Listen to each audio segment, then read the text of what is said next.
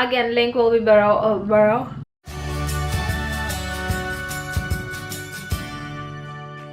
Hello, Rachel here. Welcome back to my channel. Today, I will be doing another first impression review for you guys. Before I start with the actual review, I just want to say thank you to the sponsor of this video. It's Loop.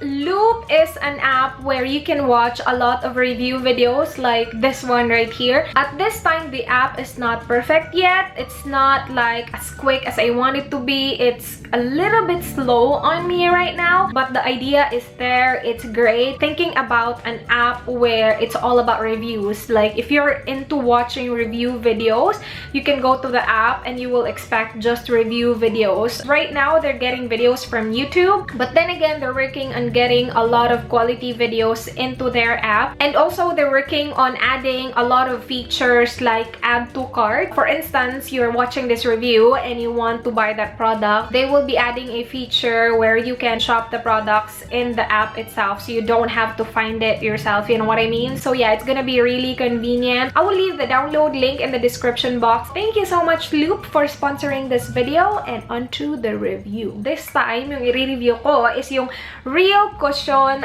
powder. This is from Etude house. I have mine in the shade Honey Beige, and ang maganda dito is meron siyang SPF 50 plus PA triple plus. Ang dami niyang plus. Like SPF 50 plus, tapos may PA plus plus plus pa. O, diba? Bongga. Ganito yung itsura ng karton niya. Karton. Yung packaging niya. And then yung packaging talaga looks like this. Very cute packaging as usual. Etude house. Meron siyang ganyang ganap. And then when you open it, meron siyang mirror. And then meron siya nung puff na kasama na I really like. You will see guys later kung bakit. And then the actual product is in here. It looks like that. I did mention on my vlog na I filmed a full face first impressions review featuring Etude house products. Hindi ito yung ginamit ko sa video na yon. I used the Precious Minerals BB cushion. No, not cushion.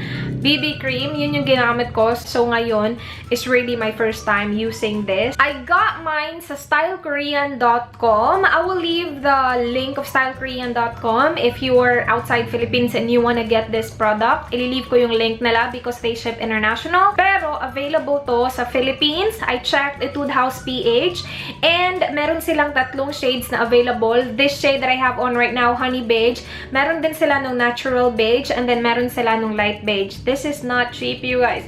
It's 1,098 pesos. Sabi niya dito, provides all-day flawless face makeup with light and powdery finish. I do agree with the light finish, but like not completely powdery. Itong side na to, meron siyang powder kasi, kaya powdery siya. But this side na, hindi ko siya nilagyan ng powder. Makikita nyo mamaya sa application, pero hindi ko to nilagyan ng powder. And hindi siya ganun ka-powdery to touch. So, pero it's not bad at all. Like, I have nothing against it. I really like the way it looks on my face right now. Without further ado, I will go ahead and show you guys the clip of me applying this on my face. Ito na. There you go. So, kung titingnan mo siya, parang like shade ko siya, diba? Kasi parang dark naman siya tingnan dyan. We'll see. Kasi alam naman na, ooh. Okay. Akala ko magiging super cushiony siya, pero hindi pala. Like, hindi siya ganun ka-cushiony. Medyo ano siya, dense. Yung swatch ng shade looks like that. Okay, it looks light. It looks light. Like, why do you do that though? Oh my dang. Paano na ite?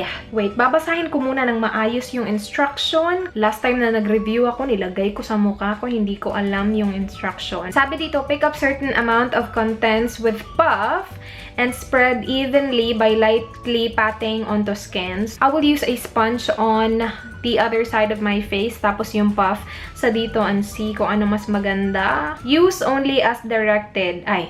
Use only as directed. Pero matigas yung ulo ko, gagamitan ko yung sponge ko sa other side para lang ma-compare natin yung application niya. I will press it on there like so. And then, ooh, that's what we have. I'm gonna apply it on the side of my face.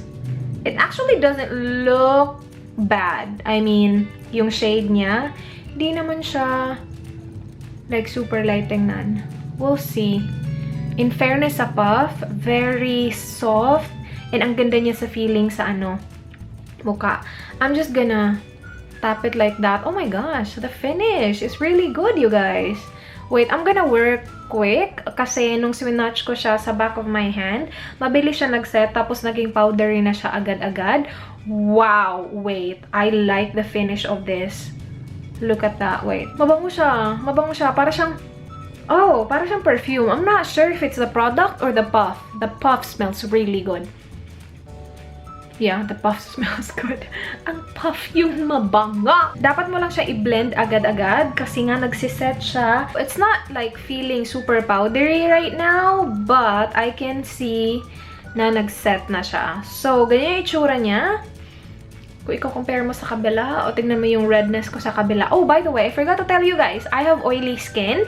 And as you guys noticed, I have a lot of redness all over my face. Wala na ako ng bumps, but I have redness. Yun lang yung problema ko.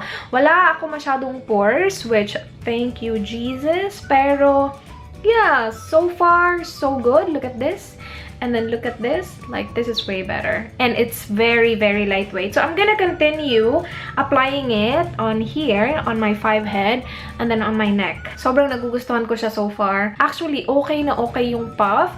Pero, just for the sake of the video, I will go ahead and try it with a damp sponge and see kung okay din siya with damp sponge. A little bit, and then apply on here. Dito na muna sa part na to, just in case mag-fail yung sponge, at least konting area lang yung covered niya. Charot, may ganon. Kasi yung puff kanina, dry siya eh. So, I'm not sure how it will apply using a damp sponge. Actually, not bad at all. I actually really like that as well. Yeah, that actually looks really good as well with damp sponge, you guys. Bongga, sobrang ganda din kung damp sponge yung gagamitan mo. Ito na lang yung gagawin ko.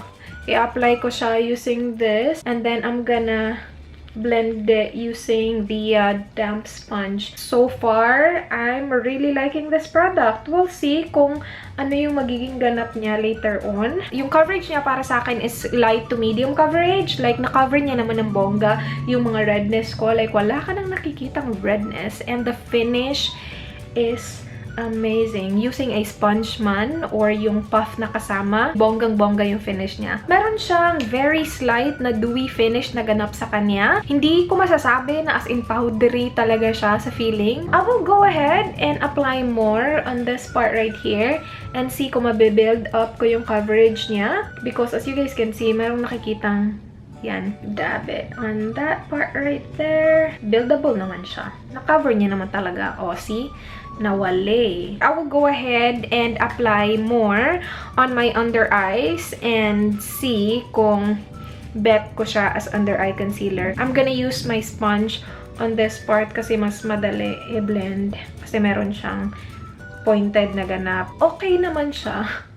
Hindi like, wow, ang ganda ng under eyes ko. Not really, pero it's not bad. Na-brighten niya naman yung under eyes ko, which is good. Hindi ko feel na iset yung all over my face. Yung under eyes ko lang, yung isa-set ko just to prevent like my under eyes from creasing because that's prone to creasing right there. Right there. So I will go ahead and set it with an Etude House product. This is the Zero Sebum from Etude House. This is supposed to help control the oiliness sa iyong fesla. I will use this on this side of my under eyes and then I will use my usual powder on this side. This powder though smells really good. Parang naging ano na din to, review na din to nitong powder na to. You know what? I-review ko na lang tong powder na to. I will go ahead and set my face. This side of my face lang using this powder. Bake ko muna siya ng slight dyan. And then, I will go ahead and set my under eyes using my Intuit Oil Control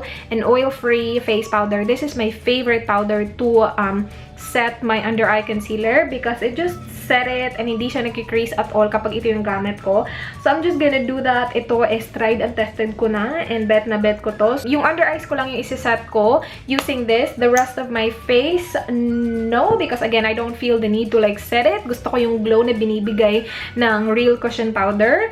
And now, I will go ahead and blend this powder. Hindi ko siya like iniwan ng matagal na nakabake. It is matte. Like, it is really, really matte right now. Nadagdagan yan ng kaputian ng konti ang aking mukha. Like, mas maputi dito compared sa dito. Actually, mas bet ko tong dito na walang powder. So, we'll see.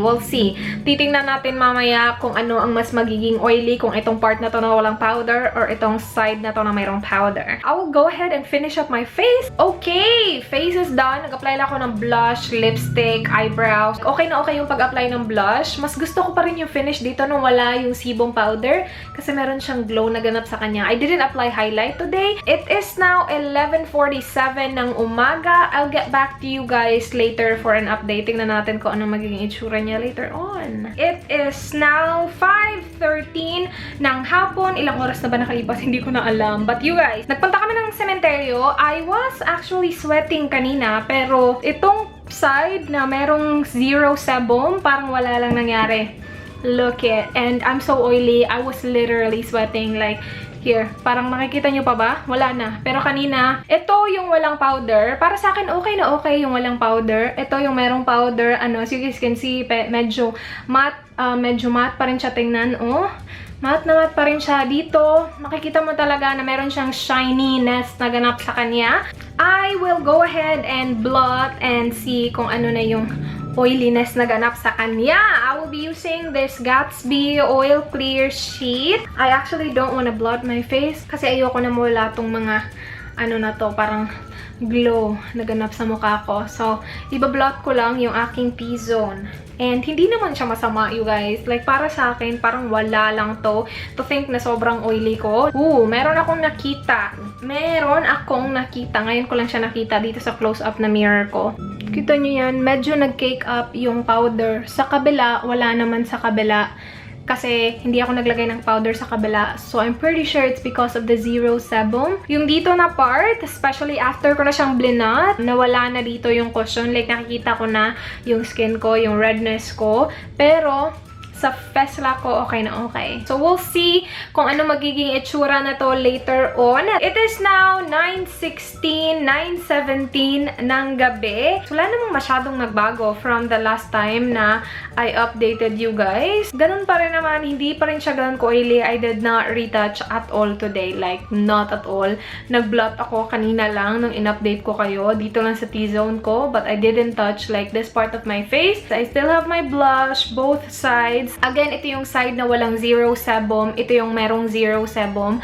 I actually like the side better na walang zero sebum. So, para sa akin, I keep saying real cushion powder. It's real powder cushion. Para sa akin, mas nag-work siya ng siya lang. Sa akin ha, sa aking skin tone, sa aking skin type, mas nag-work siya ng siya lang. Kasi, with the zero sebum, medyo merong like cakiness na ganap. Very slight lang naman na cakiness. And yung cakiness naman is hindi naman all over the face where I applied the zero sebum. Ito lang naman dito sa laugh lines ko right here. Itong walang powder, okay na okay pa rin siya. So para sa akin, this alone performs really well. Nakontrol niya naman yung oiliness ko kahit siya lang, kahit wala siyang powder, kahit hindi ako nag-retouch. So I actually really enjoy this product alone. Now, sa zero sebum naman, I will try and use it with a different BB cream. Yung eye white BB cream ko, I do get oily when I use that. Not like super duper oily, pero definitely mas oily kaysa sa dito, sa ito. I will be updating you guys on my vlog. So next time na gagamitin ko yung real powder cushion, hindi ko na gagamitin yung zero sebum over it. I'm just gonna use it alone because again, it works amazingly just by itself. It also worked great sa under eyes ko. Until now, brighten up pa rin yung under eyes ko, which is good. And I don't think mauubo siya agad-agad kasi nakita nyo naman kanina, like, hindi naman ganun kadami yung in-apply ko sa mukha ko. Kung meron kayong extra pera, makakabili kayo ng ito, 1,000 plus, then go for it. And that's basically it for this review. Thank you so much guys for watching.